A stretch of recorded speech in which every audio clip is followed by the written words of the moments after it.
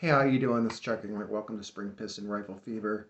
I'm going to give you a little review of the Hatsan Alpha Youth air rifle. So when I was looking for this rifle, I was looking for the one with the all steel barrel and the steel breech block lockup.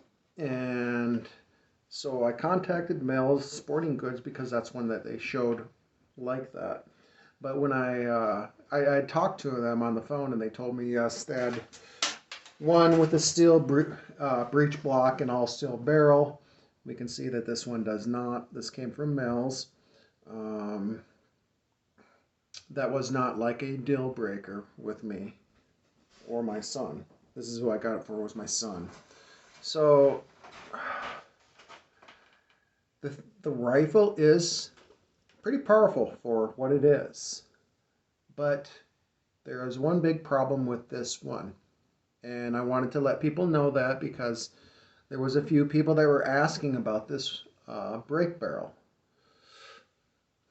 The problem with this one is I cannot adjust a far enough right with the open sights to get on target. It's still with 3 different pellets at about 7 yards.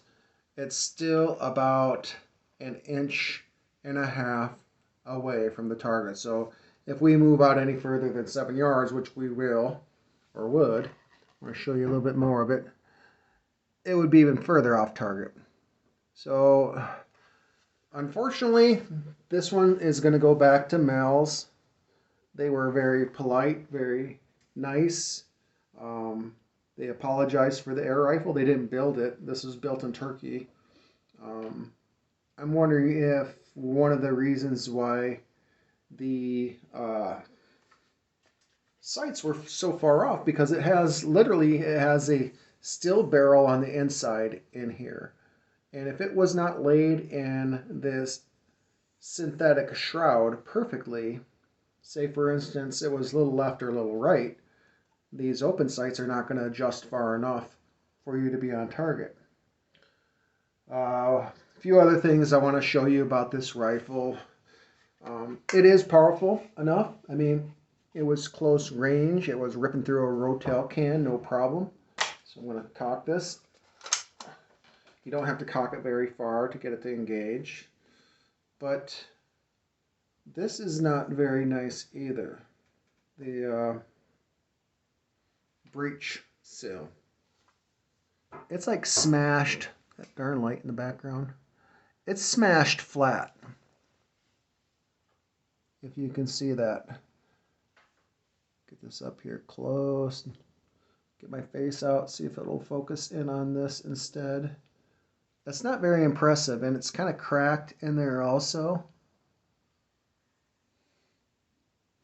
This is synthetic. This is like Gamo. Hatsan, over in Turkey, you need to get away from this synthetic stuff and get back to all steel. We wanted to get the all steel one, but it was not available. What else was a problem with this rifle is the safety back here. It was sharp and it was gouging my son's thumb. So I smoothed it out a little bit with sandpaper.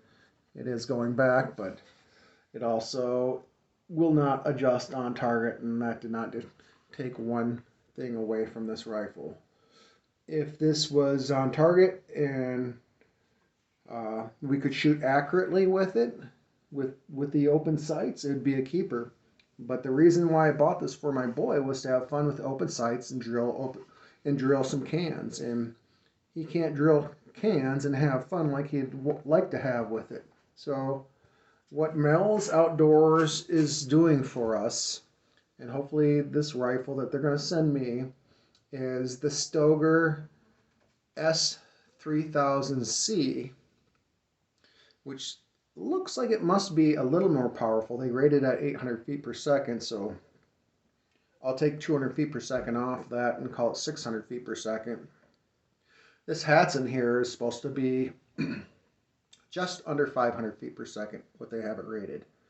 I don't know if that's true or not. It was dieseling big time, but it was ripping through a Rotel can. That's a tin can, so there was plenty of power for that. I didn't really mind the synthetic shroud, but apparently they don't have the barrel in there the way it should be in there. On the inside, there is some adjustment screws and holes here for adjusting them. I don't know how far you could adjust it, but there's one here on the trigger, one right in there, and then there's one right down there. So I have no idea how well that would improve this rifle. The rifle itself doesn't have any twang. I'll shoot this off right here. There's no pellet in here, but we'll see if we can catch any twang. No twang, but it's pretty loud. Excuse me. It's pretty loud. It's a pretty loud rifle. Boy, that was really loud, but it was dieseling big time.